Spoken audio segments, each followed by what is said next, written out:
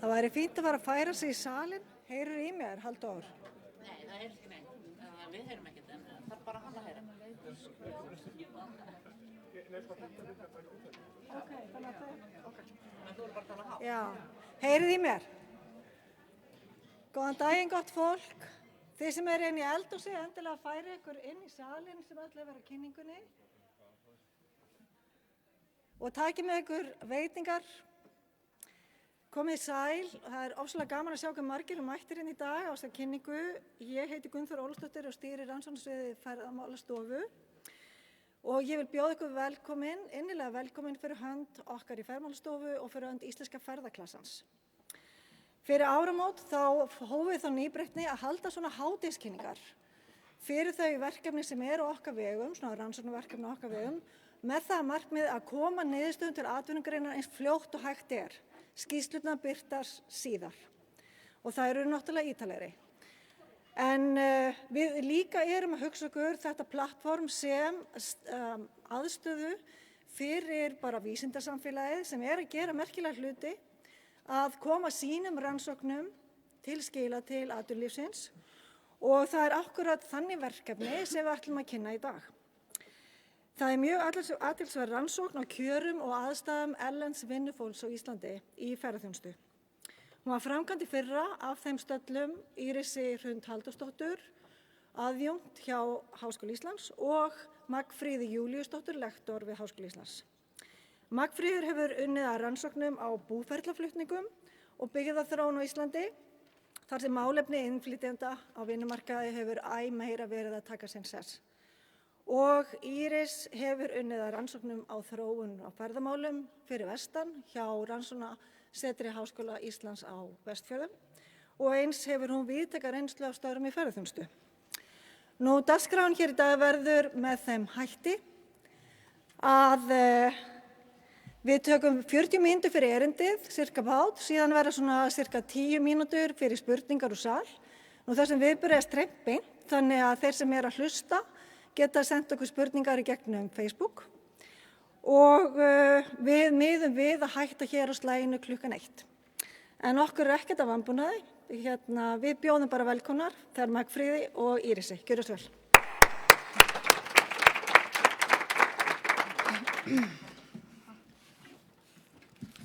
Góðan daginn, Íris heiti ég. Það sem kom ekki fram að ég er líka sérfræðingur hjá Rannsóknarmiðstöð ferðamála og hér í dag er ég með þann hatt. Þannig að til viðbótar er ég, eins og hún sagði, aðjúnkt í ferðamálafræði Háskóla Íslands. En þessi rannsókn sem við ætlum að kynna fyrir ykkur í dag, erlend starfsfólk í ferðaþjónustu, staðsetning og starfsumhverfi. Og þar eru við kannski svona að skoða hver er staðsetning þessa fólks landfræðilega sér, hvernig dreifist það landi, hver er staðsetning þessa fólk í undirgreinum ferðaþjónustunnar og hver er staðsetning þessa fólk kannski í íslensku samfélagi. Förum næstu hérna. Áherslu erindi, það er greining á hlutdeild erlendra starfsmanna í mismunandi greinum ferðaþjónustu á Íslandi og dreifing þeirra eftir svæðum, eins og ég sagði áðan. Hvar er fólkið að vinna hér á landi, á hvaða landsvæðum og í hvaða greinum ferðaþjónustar er það að vinna. Sýn starfsfólk svæðisbundinna verkalýðsfélaga og kjör og aðstæður erlends starfsfólk í ferðaþjónustu. Þess að rannsóknin okkar byggist á viðtölum við starfsmenn verkalýðsfélaga sem við tókum viðtölu síðasta sumar. Bæði formenn verkalýðsfélaga, starfsfólk á skrifstofunni og þeir sem í þessu eftirliti, vinnustað eftirliti. Og síðasti þátturinn starfsmannamáli í gæðakerfum ferðaþjónustunnar. En það einn þáttur sem kom fram í þessum viðtölum. Þannig ætlum aðeins að fara inn í það. Gögnin sem koma hér fram, eins og ég sagði áðan, næðra það viðtöl við starfsfólk á verkalýðsfélögunum. Tölum við 11 manns í fyrra sumar, í lok júní, þegar allt var í gangi. Það var ótrúlega hressandi að tala við þetta fólk á þessum tíma. Þannig að maður þurft stundum svona gleru bara wow. Þannig að það var margt í gangi þá allavega.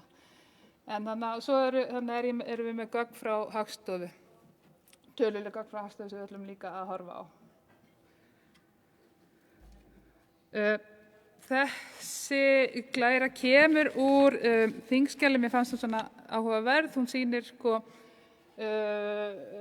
stofnun ferðaþjónustufyrirtækja 98, 2007, 2016 og sjáum hver hún rýkur upp.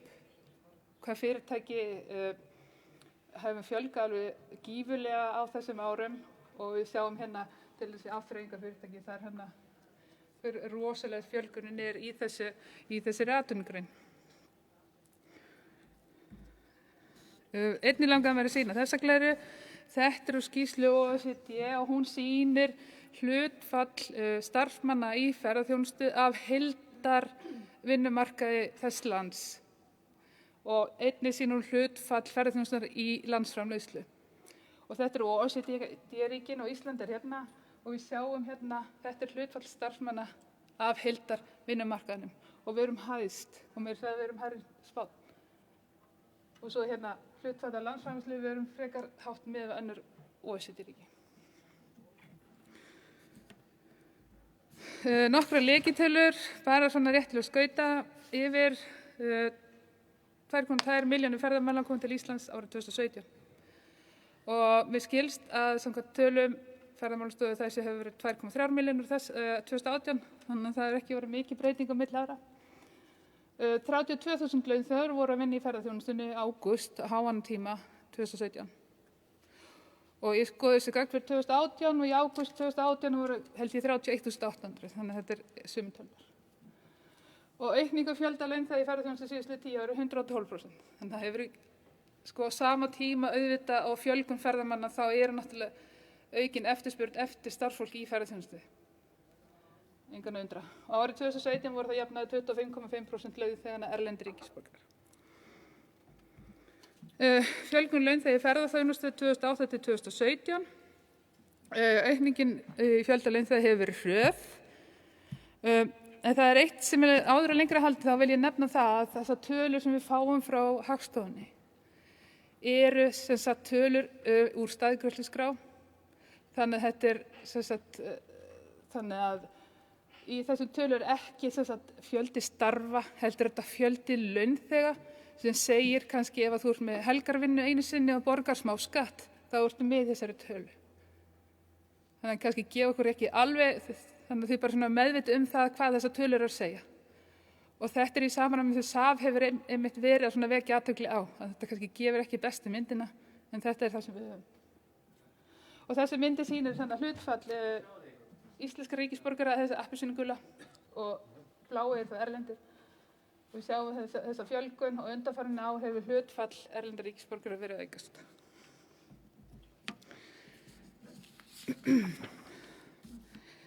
Ef við tökum þessa tölu sem ég var með glærin áður og skiptum þeim niður í undirgreina ferðaþjónustunnar og þá sjáum við hvernig hlutfalli skiptið milli íslenskra og erlendra ríkisborgara. Og við skoðum frá árinu 2009 til 2017 þá sjáum við að aukningin hefur verið á hlutfalli erlendra ríkisborgara í öllum flokkum nema þá fluginu. Það var reyndar 2-3%, það smá aukning. Og helsta breytingin það að 2009 var hlutfallið mest í það sem ég kalla gisting. Það sem sagt þessi skammtíma gisting, hótel, gistiheimili, tjaldsvæði, etc. Og þessi flokkun út frá flokkun Hagstofunnar, út frá einkennandi greinum ferðaþjónustunnar. Já, en í dag sem sagt mestu hlutfalli í þessum flokk. Yes. Nú, hér sjáum við bara það fólk með erlent ríkisfang, hvar það að vinna? Við sjáum hér að flestir að vinna í gistigeirunum aftur, þar eftir koma þessi veitingageiri, skrifstofur, þessi ferðaskrifstofur og slíkt, og svo annað. Það svona safnflokkur sem með Hagstofan með og það svona, hvað sem leigubílar og það eitthvað svona minni flokkar sem þið safna þarna inn í og svo þarna 1,4% í flugi af erlendu starfsfólki. Og jafnaði 7.493 erlendi starfsmenn árið 2017. Þessi mynd má sjá hvernig launþegar þá bæði íslenskir og erlendir. Þetta í þessum kökum, þannig að því stærri sem kakan því fleiri að vinna á þessu svæði. Þetta þessi hefðbundnu svæði, Austurland, Suðurland, höfuðborgarsvæði, Suðurnes, Vesturland, Vestfirðir, Norðurland, Vestra, Norðurland, Eystra, við þekkjum þetta. Og innan hvers hring sjáum við hlutfall á milli íslenskra ríkisborgara og erlendra ríkisborgara. Og það þá erlendir ljósbláir og erlendir bláir. Og það sem áhugavert hér við vitum þess að það kemur okkur ekki óvart hvað stór hlutfalli af þeim sem starfa í ferðaþjónustunni hérna á höfuðborgarsvæðinu. Það kemur okkur ekki óvart. En það sem mér finnst áhugavert að á Norðurlandi eystra, Suðurlandi og Suðurnesjum fjöldi starfsmanna í ferðaþjónustunni eiginlega svo sami. Við vitum náttúrulega að fólk kemur inn Suðurnesið og keyrir Suðurlandi. En þannig að mér fannst þetta áhugavert. Og á sama tíma má benda það að á Norðurlandi eystra minnst hlutfall erlendra ríkisborgara í ferðaþjónustu og mest þá á Suðurlandi. Annað sem ég vil nefna að það sem fellur hér undir í Austurlandi að þarna tekið með Höfn í Hornafirði. Og þegar ég skoði þessar tölur þá helmingurinn af starfsfólkinu á Höfn. Restin dreifist Austurland. Já. Ég alltaf á ferðinni. Þú ert á ferðinni, hafðu þá bara betta. Já, ég skal reyna. Afsakið. Þetta nýri veruleiki fyrir mig að vera. Og hvað á ég að gera? Ég Getur verið á hérna, Ok. eða ekki? Ok, ég skal bara halda mig hæga. Ok, ég skal slaka. Reyna það. Já.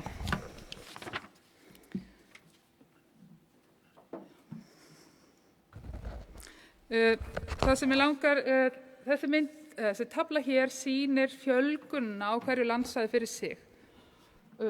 Bara þeirra sem eru með erlent ríkisfang. Frá árinu 2009 til 2017.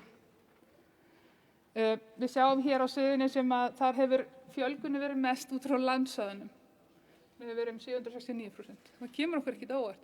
Og ég er mjög spennt að sjá hvernig þessi tala í dag. Af því nú hefur verið mikla breytingar á Suðurnesju undanfarna mánuði og undanfarin ár. Það annað sem ég vil vekja athygli á, það þessi neðsti flokkur hérna, ekki lögheimili á Íslandi, 959% aukning. En það þá þeir sem mér skilst að sé þannig að þeir sem að koma vinna, að þeir þurfi ekki að skrá sitt lögheimili fyrir en eftir 6 mánuði. Þannig að ykkur bara að koma til skamstíma og vinna bara yfir háantíman og ykkur kannski mögulega vera lengur. Vitið það ekki.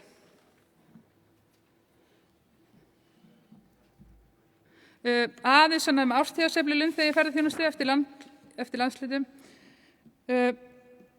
Þessi tafla inniheldur aftur báða hópa. Ég veit að getur verið kannski ruglingslegt að fara inn og út stundum erlend, stundum báða. En ég nota þær tölur sem ég hef og því miður hef ég ekki bara erlent minniafl út frá landslutum eftir mánuðum. Þannig ég nota báða hópa. Og sem áhugavert hér græna línan. Hvað þetta bratta stökk sem þannig á Norðurlandi eystra yfir sumarmánuðina. Og ég var að reikna út til gamans að þarna aukningi frá apríl til júlí á Norðurlandi eystra eru 722 launþegar. Þannig að það ansið svona stór hópur sem að koma inn og svæði í stuttan tíma. Svo fara reyndar ekki allir aftur, en svona stór hluti. Og svo aftur í svarta línan neðri og það eru þessir sem ekki með lögheimili á Íslandi. Og það eru þá væntanlega þeir sem að koma að vinna til skamms tíma. Það má skýra það út yfir háanina. Nú ætlum við að skipta yfir. Já, sæl. Ég svona rissaði upp þessa mynd af einu sveitarfélagi þar sem að hefur orðið gífurlegur vöxtur í ferðaþjónustu og það Mýrdalshreppur og það sem að ég vil sýna með þessu að það að nánast öll aukning svona í aukning starfa að það eru innflytjendur, þetta aðeins misjafnt hjá Hagstofunni, þetta verið að tala íslenska erlenda ríkisborgara eða innflytjendur, en flestir innflytjendur eru erlendir ríkisborgarar. En það eru ákveðin hópur sem hefur fengið íslenskan ríkisborgararétt en meiri hlutin af innflytjendunum eru erlendir ríkisborgarar. Þannig að þessi mynd hún sýnir mjög vel að þetta eru fyrst og fremst þá erlendir ríkisborgarar sem eru þá að koma inn í þessi störf, að fjölgunin þar frá bara, það voru 2 minni mig innflytjendur að starfandi 2011 en 132 árið 2017 og síðan bara sýnir þessi mynd en þá betur með aldursskiptinguna milli þá erlendra og íslenskra ríkisborgara að þetta fyrst og fremst þá fólk á vinnualdri sem hefur verið að koma þarna inn og stærsti einstaki hópurinn, maður getur skoðað það eftir upprunalandi eða í hvaða landi þeir eru ríkisborgarar, stærsti einstaki hópurinn sem hefur verið að koma í Mýrdalshrepp að það eru pólskar konur svona þrítugt. Það er þá væntanlega að vinna á hótelunum og þannig að þetta sem sagt 37% starfandi sem eru þá innflytjendur. En ég ætla að ræða aðallega svona helstu niðurstöður eða atriði sem komu fram í viðtölum okkar við starfsfólk verkalýðsfélagana á þeim svæðum sem við vorum.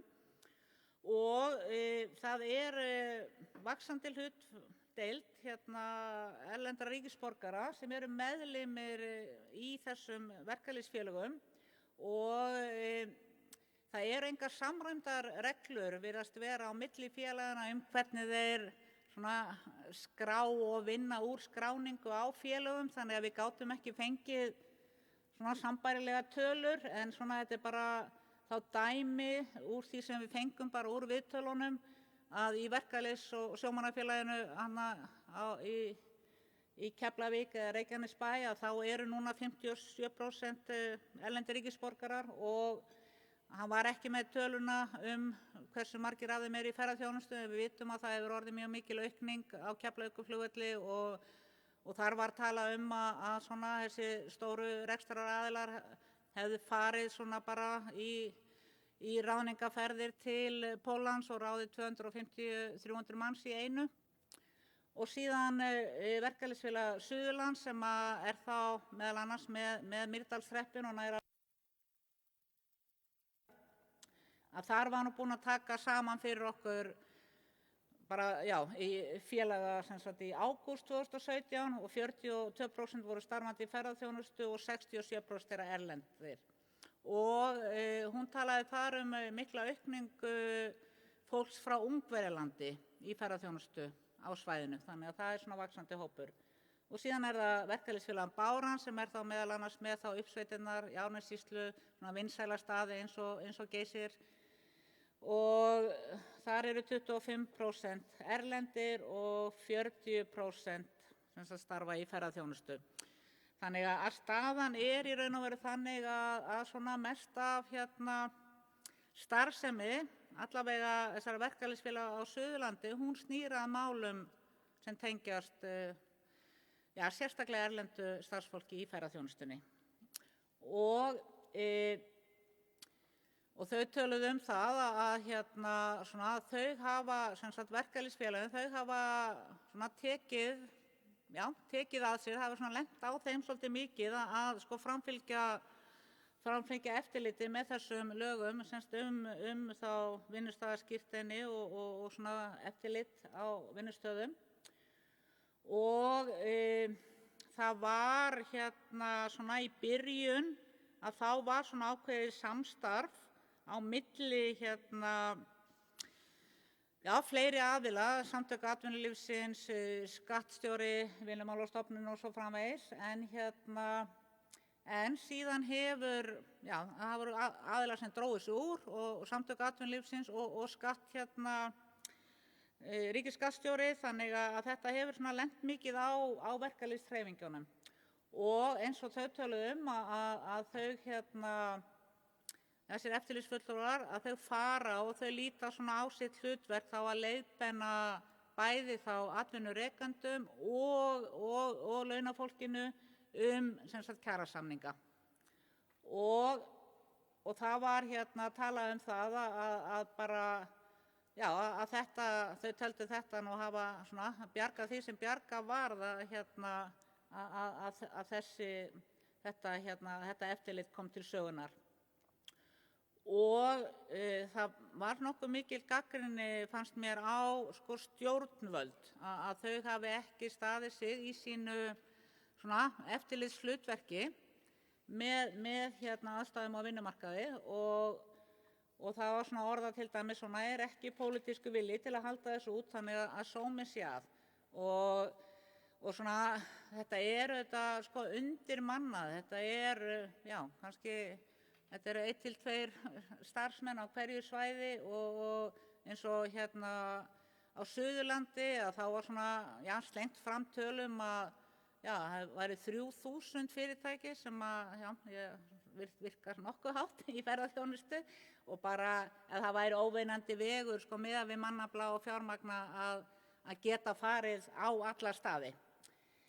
En og það var svona talað það að það virtist vera í þessu svona hraða vexti ferðaþjónustunnar eftir hrun að hver sem bara gæti fengið kennitölu og stofna fyrirtæki af hvaða vanviti sem og þetta í raun og veru, það ekki verið að tala um ferðaþjónustuna sérstaklega, þetta bara svona ganga hlutinni fyrir svo Íslandi, alveg saman hvort það í byggingafyrirtæki eða hvað sem að það getur hvað sem og þá verið að tala um sko vanvit á rekstri fyrirtækja og svona reglum í kringum starfsmannahald.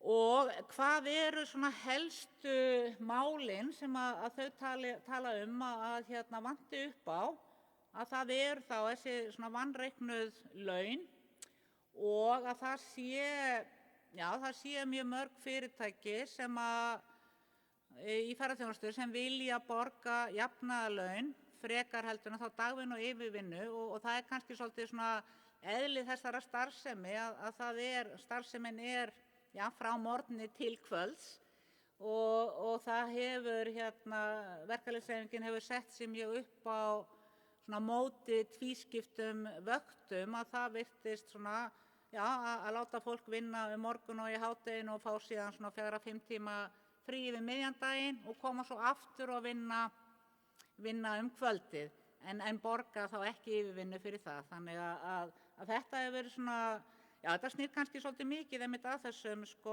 ferðaþjónustustörfum og bara það skýrt í þeirra huga að þau samþykkja ekki þetta fyrirkomulag og síðan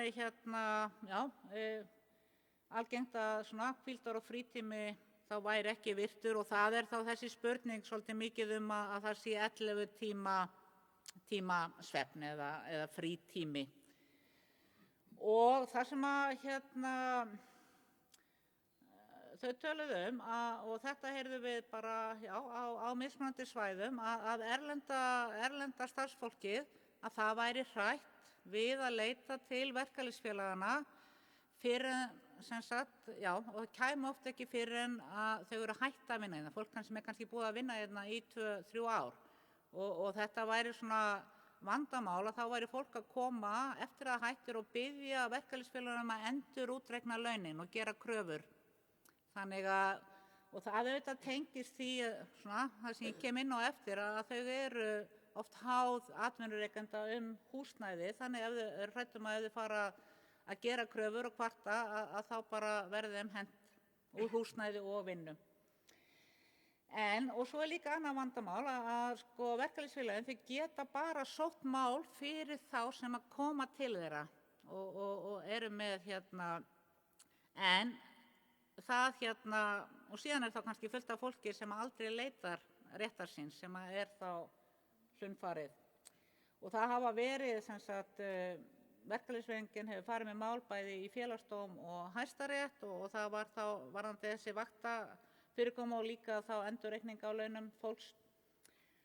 Og þetta svona eitt af þessum stóru vandamálum. Það vantar viðurlög við þá einstaklinga sem eru sífellt að brjóta af sér. Að það eru svona ákveðin hluti sem að segja að sé mjög erfitt að eiga við þó að sé búið að tala oft og mörgum sinnum við. Og síðan það þessi samtenging húsnæðis og vinnu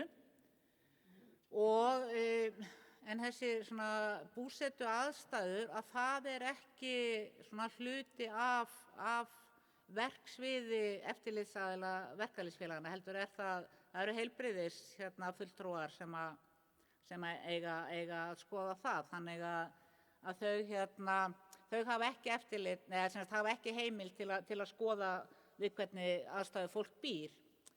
En þau segja sjá margt og heyra mörgu á sínu og þetta eru kannski slæmt dæmi þarna, 18 manns í sumarhúsi og hver og einn að borga 38.000 og tala að þetta væru þá atvinnurekandi væri að vera að fá laun 2 af þessum 18 tilbaka í gegnum þessa leigu.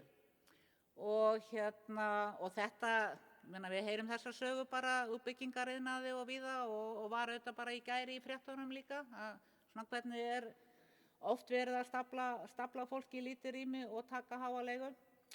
Og síðan voru þau að tala að það væru heilmikil skattsvik þarna, að það væri verið að semja það við starfsmenn að við skrifum þessi laun í ráðningarsamningi en ég borga þér minna af því að húsaleigan innifalin og við græðum báðir að við þurfum ekki að borga neitt skatt af þessu. Og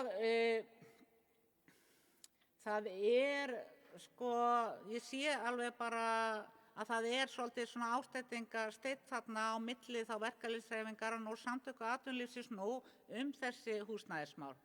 Að við heyrum þetta í viðtölum að þetta með húsaleigusamningana, þetta þyrfti að koma þessu einhvern veginn inn í kjarasamningana og meira þá út af þessari stöðu erlends starfsfólks. En síðan sé ég í þessari nýju skýrslu samstarfshóps félags- og barnamálaráðherra félagsleg undirboð og brotastarfsemi á vinnumarkaði sem bara var gefin út núna 25. janúar að þar taka samtök atvinnulífsins taka þetta ekki mál að tengja þetta eitthvað saman. Þetta sé aðskilið.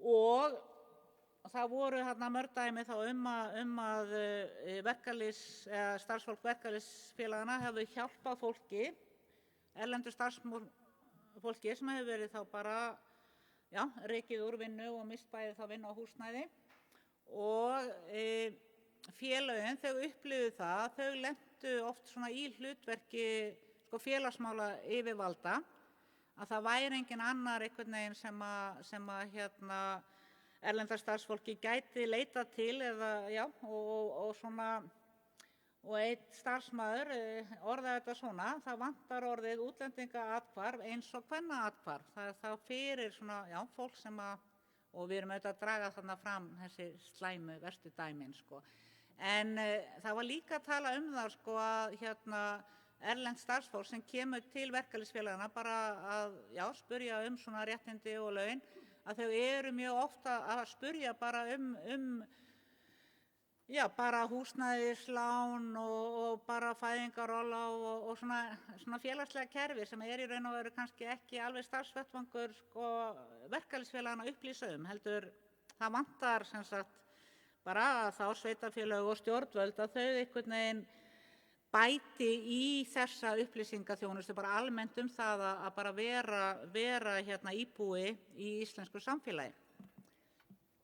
Og síðan þessi umræða svona sjálfboðaliðastörf sem þetta svona ein átakalínan að það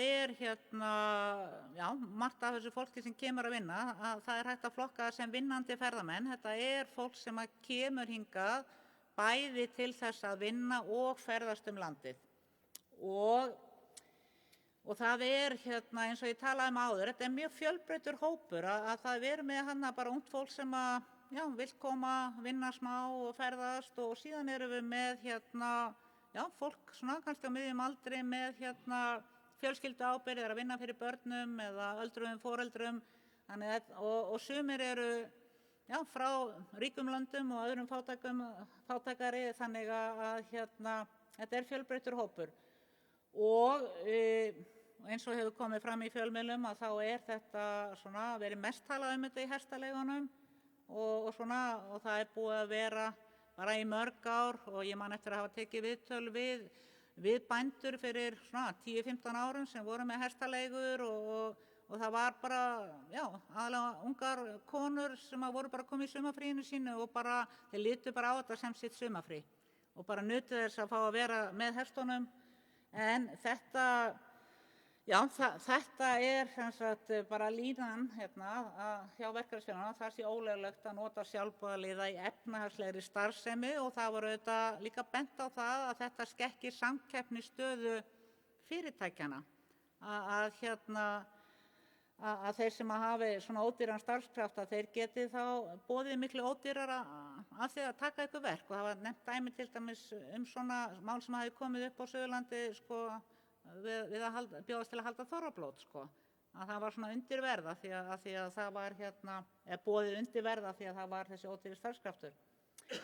En aftur á móti þá segja það bara hægt að samþykkja til dæmis í stigagerði í þjóðgörðum eða einhver svona bara samfélagsverkefni og síðan þá í auknum mæli talað þetta fólk sem námsmenn en þetta líka eitt af þessu sem kom fram í skýrslunni að það svona samkomulag að skýra þetta allt saman betur, mörkin námsmaður, launþegi, sjálfboðaliði.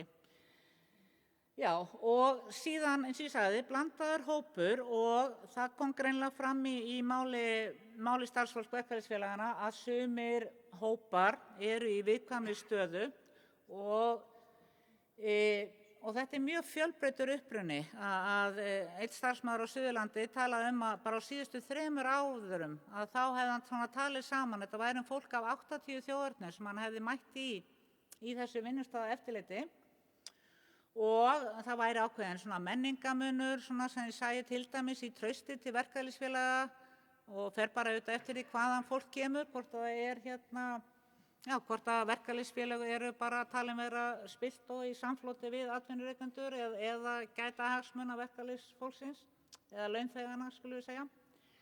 Og síðan greinilega tengslanetið þá sem sagt misjafnt eftir uppruna og það var sérstaklega að tala það á 2 stöðum að bara tengslanetið væri sterkt hjá Pólverjum og þeir væru bara almennt vel upplýstir sko réttindi sín og svona kjör á vinnumarkaði og duglegir að sækja sín rétt og hafi þessi sterku tengslanet. Þannig að það var einn sem að tala það að já, það alveg sama vesinn í dag að hafa Pólverja í vinnu og Íslending, það að segja fyrir einhvern sem að vill hafa lítil vandamál og fólk að kvarta sko, af því að þeir sækja sín rétt. En síðan var þá annar hópur sem að að aukast og það fjölga í og það eru Rúmenar og ég talaði líka sko Ungverja en það var sérstaklega talað Rúmena og svona nefnt að líklega, þetta ekki held ég, þetta var ekki kannski búið að rannsaka það sérstaklega en líklega komið í gegnum írskar ráðningar skrifstofur og það var talað að svona allar reglur varðandi svona starfsmenn og réttindi þeirra væru mun lélegri á Írlandi heldur en til dæmis á Norðurlöndum og þessar ráðningarskrifstofur væru þá að sækja í þessari svona fátækari lönd í Austur-Evrópu sem eru nýtilkomin til dæmis inn á vinnumarkaðinn hér, þau koma aðeins seinna og svona þessi eftirlitsaðili eða verkalýðsfélagins hann upplifði marga sem svona eina og vanmáttuga og sko verkalýðsfélögin þau eru auðvitað líka í svona ákveðinni sjálfskoðun og hafa áhyggjur af vaxandi mismunum bara gagnvart félagsmönnum og sérstaklega þá varðandi upplýsingagjöf og vegna þess að það hefur orðið framför í því að þýða yfir á ensku og pólsku en ekki að vanta fleiri tungumál þarna inn. Og verkalýðsfélögin eru einmitt að velta þessu fyrir sig, er það á þeirra könnu að sjá allar þessar þýðingar og það svona svolítið krafan að það komi fleiri að þessu. Og ef við bara svona aðeins með sko lagaumhverfið að þá það alveg sko skýrt í lögum frá 1980 sko starfskjör launamanna að lágmarkskjör eigi að gilda óháð kyni og þjóðerni. Það tekið strax fram þarna 1980 þannig að ég hélt fyrst svona að þessi nýju lög jafna meðferð á vinnumarkaði frá 2018 að þetta væri eitthvað svona byltingakennt en sko þjóðerni var strax nefnt þarna 1980 þar sem kannski það sem nýtt að þetta eru svona fleiri hópaskiptingar, það verið að tala aldur og kynþátt og slíkt en þjóðerni að þetta búið að vera mjög lengi í lögunum og það vantar þá meiri þátttöku eins opinbera bæði ríkis og sveitarfélaga í upplýsingagjöfinni og öryggisnetið þegar brotið á fólki. Og Íris, og það víst farið að styttast tíminn, þannig að nú verður bara skjótast í gegnum þetta. Það ekkert mál. Herrið, já, í viðtalinu kom fram að fulltrúi verkalýðsfélögin að telja starfsmannamála ábyrgð fyrirtæki á þeim hafa orðið útundan hjá mörgum íslensku fyrirtækjum og þá skorti þessa fagmennsku og metnað í starfsmannahaldi. Að viðhorfið til starfsmannanna sé neikvætt, að þeir séu bara hreinn kostnaður og að lenska hjá fyrirtækinum að hafa alltaf undirmannað. En bent á að fyrirtækin sé ekki að nota horfa á starfsfólk sitt sem eitthvað sem bæti fyrirtæki og geti sko gefið og svona auki virði þess. Annað sem var bent á áhersla á sjálfbært og ábyrgt starfsmannahald hefur einnig orðið útundan í umræðum sjálfbæra og ábyrga ferðaþjónustu. Og við sjáum þetta alveg, ef við skoðum alla umræðum, þetta hefur ekki verið hátt skrifa í allri umræðum þetta. Hérna kvót samfélagslega ábyrgð í huga fyrirtækis að henda 100.000 kalli í fótboltafélagi eða gefa skann á elliheimili eða hjúkrunarheimili en allt sem við kemur starfsfólki það bara tekið út fyrir sviga. Þetta lýsir kannski eins og þau allavega að skynja ástandi. Einnig þá var velt upp í viðtölunum kom upp hlutverk bara svona gæðakerfa almennt í þessu öllu saman. Hvernig geta gæðakerfin tekið á þessum málum og þá auðvitað kemur umræðan að hlutverki vakan í þessum efnum. Ég þarf ekki að fara yfir þessa glæru í þessum hópi, ég held að við öll þekki vakan. Markmið vakans er að auka fagmennsku, efla gæði, öryggi, umhverfisvernd í íslenskri ferðaþjónustu. Ég ákvað svona að skoða aðeins, svona fara aðeins inn í vakan út af þessu umræðum við verkalýðsfélögin og þannig að það eru áherslur í vakanum á starfsmannamál, vissulega. Við sjáum það bara hérna í siðareglunum að það er strax komið inn á að fyrirtæki á að heiðri öll lög og reglur varðandi reksturinn og fylgi þeim eftir. Fyrirtæki uppfylla alla skyldu við starfsmenn með því að fara lögum og gildandi kjarasamningum, etc. Og þetta þurfum við allir, öll fyrirtæki sem taka þátt í vakanum skulu samþykkja og fylgja siðareglu vakans. Þetta er svona dæmi úr nýju útgáfinu, það kom ný útgáfa af svona gæðaviðmiðun vakans núna bara í byrjun árs og það, ég tek hérna bara svona má dæmi og þar svona stjórnarmannasmál, það er tekið á þessum málum í gátlista fyrir fyrirtæki. Til starfsmanna gæðahandbók þar sem fjallað er til dæmis starfsmannamál og vinnuvernd, þar fjólblálina. Appelsínugula, skriflegir ráðningarsamningar, verktakasamningar eru gerðir við starfsmenn og verktaka, en hins vegar stendur í skýrum stöðum. Nægilegt er að senda inn eitt dæmi fyrir hvora tegund eins og við á. Afmá skal persónugreinanlegar upplýsingar, enn fremur þarf að senda inn yfirlýsingu að samningur séu til fyrir alla. Og hérna græna, til eru starfslýsingar fyrir öll störf þar sem hlutverk og ábyrgð eru skilgreind. Nægilegt er að senda inn eitt dæmi ásamt yfirlýsingum að slík öll séu fyrir alla. Þannig að eins og dæmi senna, þannig að ef þú hefur einbeittan brotavilja þá er ekkert mál að komast í gegnum þetta. Og þannig að bara við lesum frétt frá því í gær, reyndar að byggingariðnaðinum, en þannig að það voru rúminar og eins og Halldór Grönwald hjá ASÍ, aðstoðarframkvæmdastjóri, hann segir að við fengum einhver gögn sem eru svo ekki bara, á sér ekki bara stað í raunveruleikum. Má ég bara rétt bæta? Já. Þetta stendur sannlega svona þarna, en hins vegar erum við núna að kynna einmitt þess að myndi nýtt fyrirkomulag. Úttektar, ég ætla að nefna. Það verða þessi úttektarstofur. betur eftir. Já. Og hægt að kalla eftir. Já, ég er ekki að dissa vakan, ég er bara svona að velta upp, sko, og það eru fullt af atriðum sem ég er að sleppa því að við erum að renna tíma. Almenn gæði með vakans taka á mannasmölum að einhverju leyti, en einfalt að fara fram hjá lögum, reglum eins og dæmin sanna, en það má líka velta því fyrir sig þeir sem fara í vakan annar borð, þeir vilja náttúrulega gera hlutina vel. Ég held það sé bara nokkuð ljóst. Gæðakerfi er ekki hvítþvottur, en er það hlutverk vakans að vera eitthvað svona stífur eftirlitsaðili? En hvernig getur rekstraraðili ferðaþjónustu sem vilja vera með hlutinni í lagi unnið gegn neikvæðri ímynd? Þetta er bara svona til þess að allar þessar fréttir eru nefnt ferðaþjónustan. Þannig að er þetta orðspor og ímynd ferðaþjónustunnar.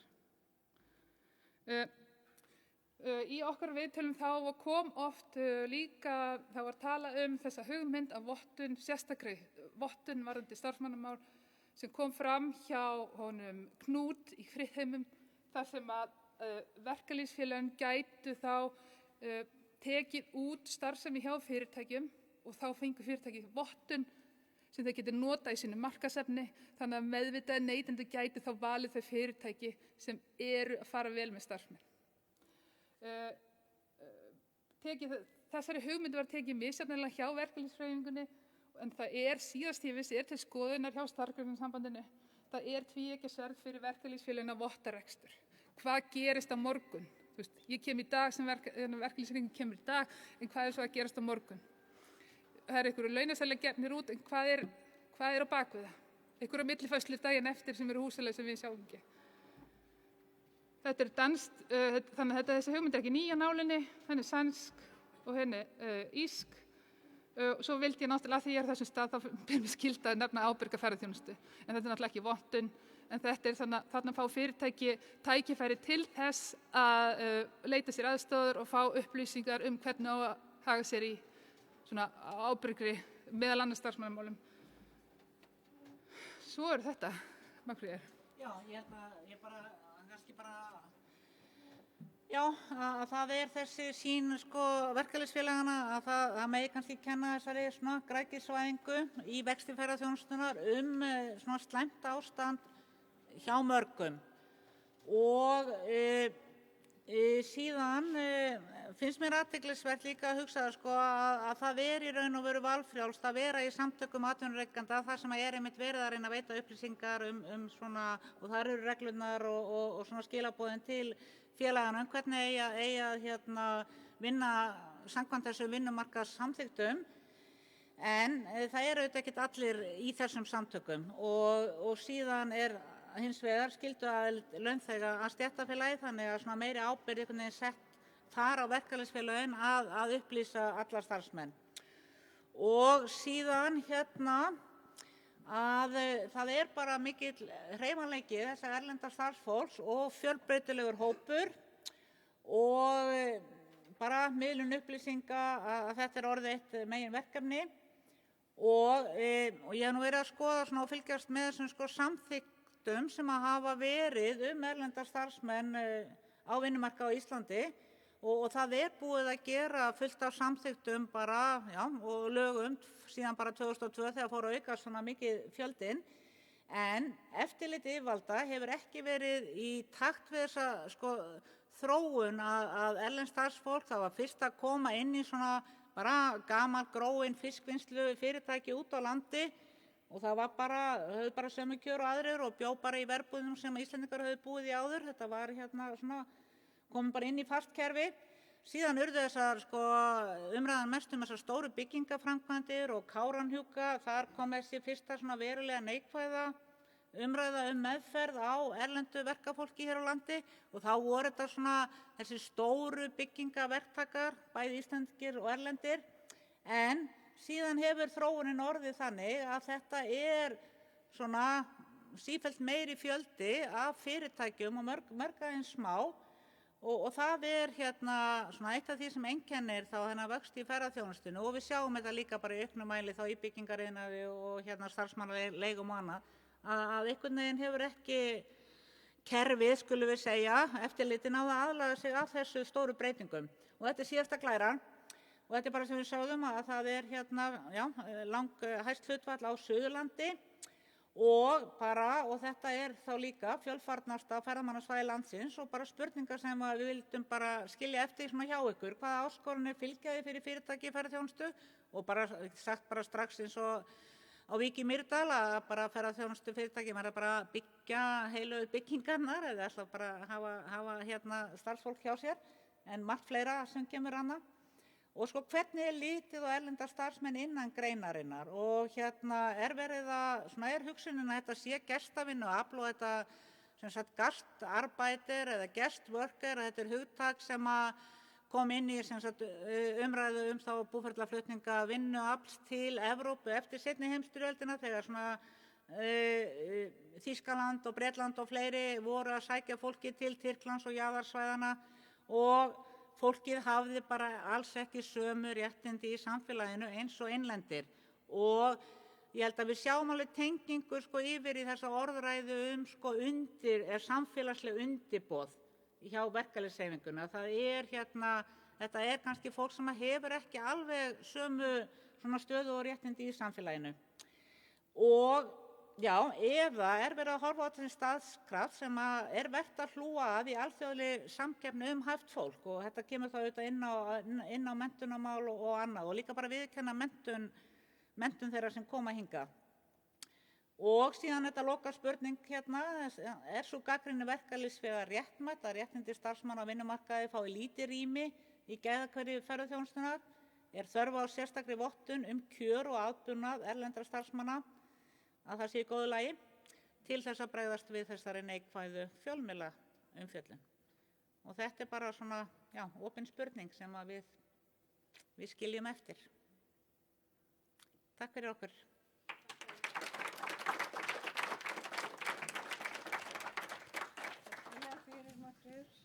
Við eigum örfáar spurningar eftir, örfáar mínútur eftir fyrir spurningar.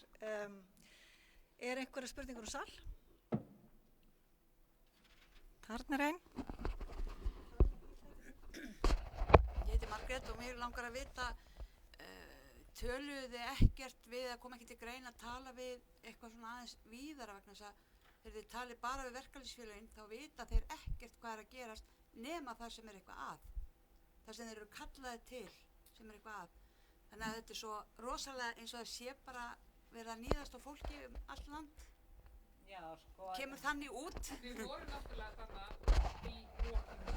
Ég kannski talaði það, ég kannski ítreka það. Við vorum þannig í lok júní þegar bara, það var allt í gangi.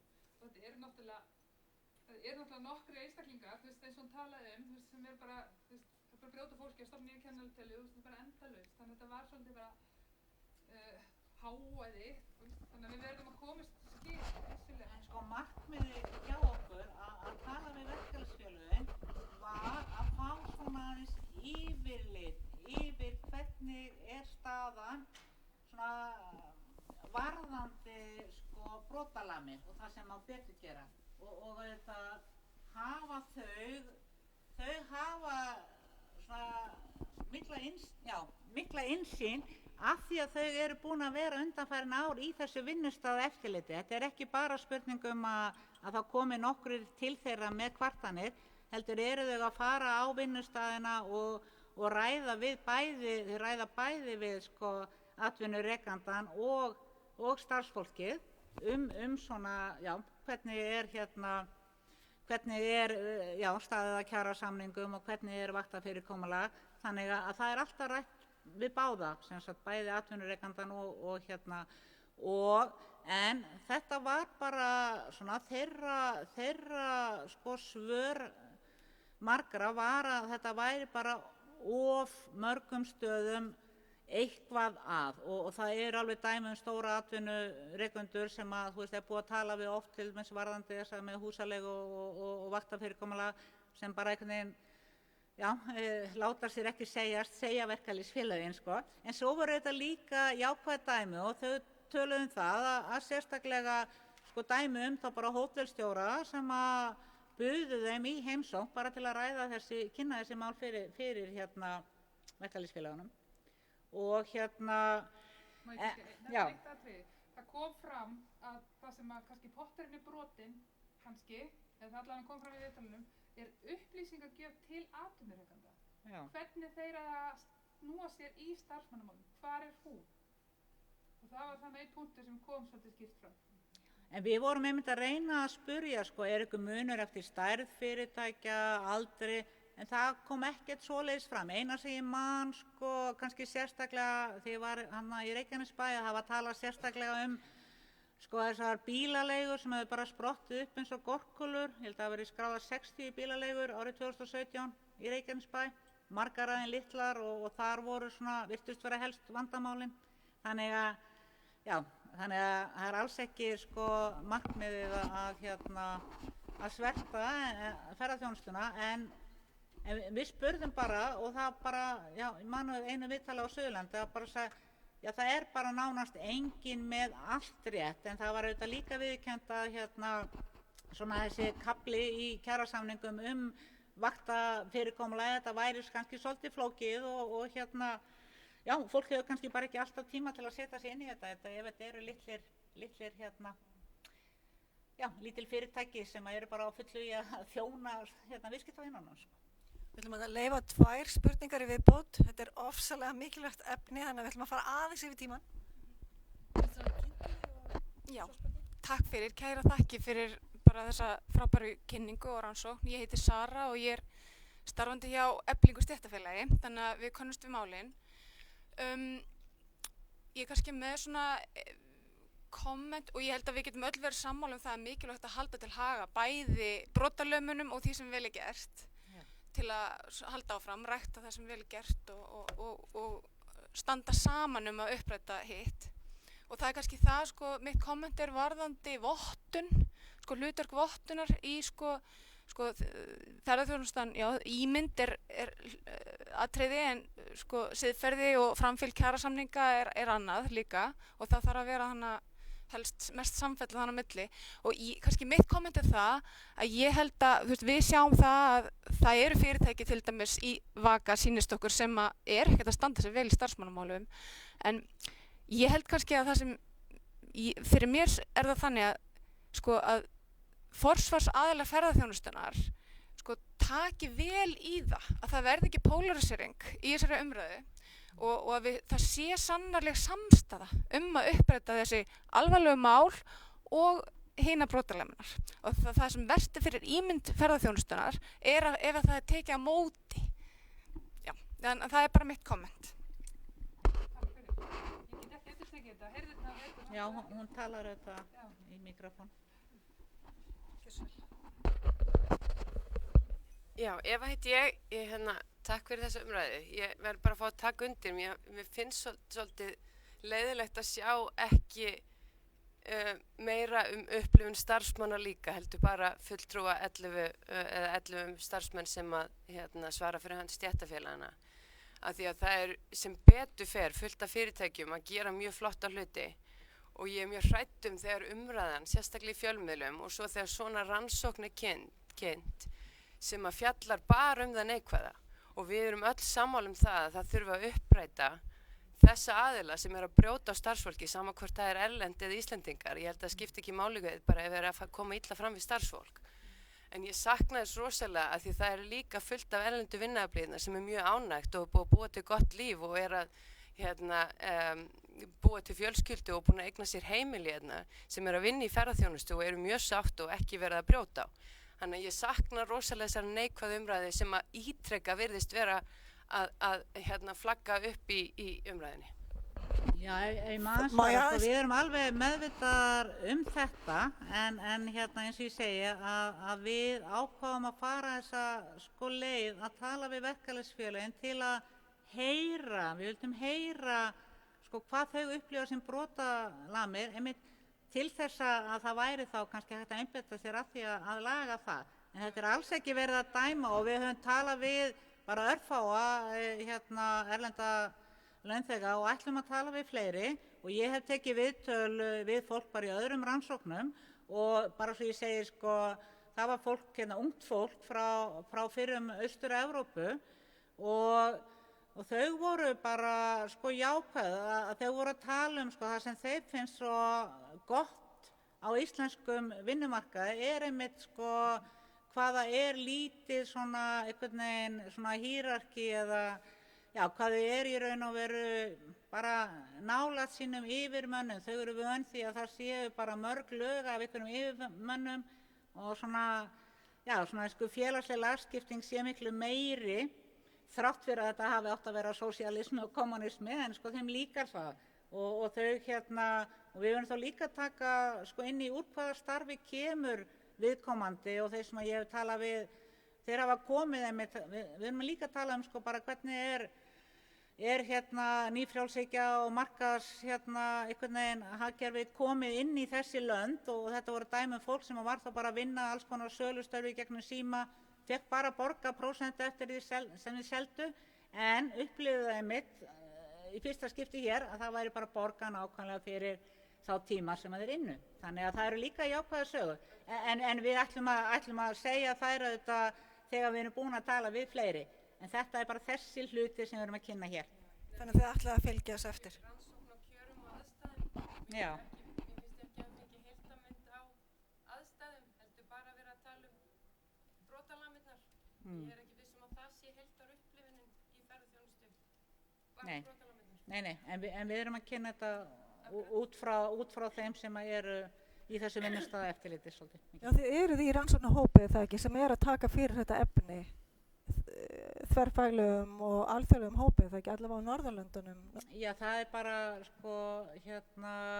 það bara vinnuafl í ferðaþjónustu almennt. Það ekki bara snýst ekki bara að erlendu og þar koma inn bara alls konar gæðamál og menntamál eða námskeið og hald og annað og það einmitt þá líka einmitt spurning hvort að þá atvinnurekendur og SAF hvort að það sé komin tími til þess að það sé bara námskeið þá sérstaklega fyrir erlenda starfsmenn þá einmitt réttindi á íslenskum vinnumarkaði á það bara vera verkalýðshreyfingin sem að þar af því að það eru þessi samkomulag á milli aðila vinnumarkaðarins og samtök atvinnulífs og ASÍ þeir hafa gert með sér samkomulag og eru sameiginlegur skilningur á að þessi hópur á að bara njóta sömu kjara og réttinda og innlendir starfsmenn. En við þurfum að hætta núna. Það er leiðilegt að þurfa að slíta samkominni en við erum fallin á tíma og ég þakka ykkur kærlega fyrir komuna því það er enginn að flýta sér í burtu, við ætlum bara að stoppa útsendinguna hér og þið hafið tækifæri til þess að tala áfram við þær og það eru ennþá nóg af veitingum en ég ætla bara að þakka þeim kærlega fyrir komuna og ykkur og eins þakkum við hjá Ferðamálastofu kærlega samstarfi við Íslenska ferðaklassans. Það var frábært að fá að koma hingað og kynna þessar niðurstöður. Takk kærlega fyrir.